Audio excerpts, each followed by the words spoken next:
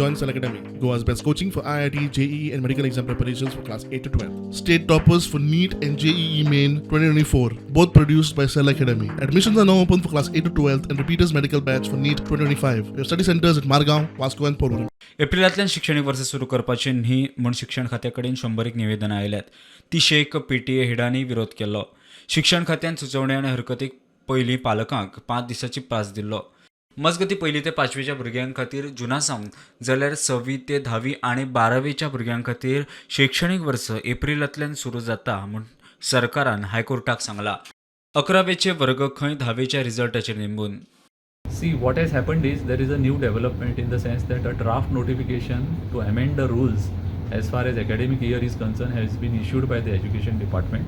Objections have been invited from people, and the contents of that notification is this.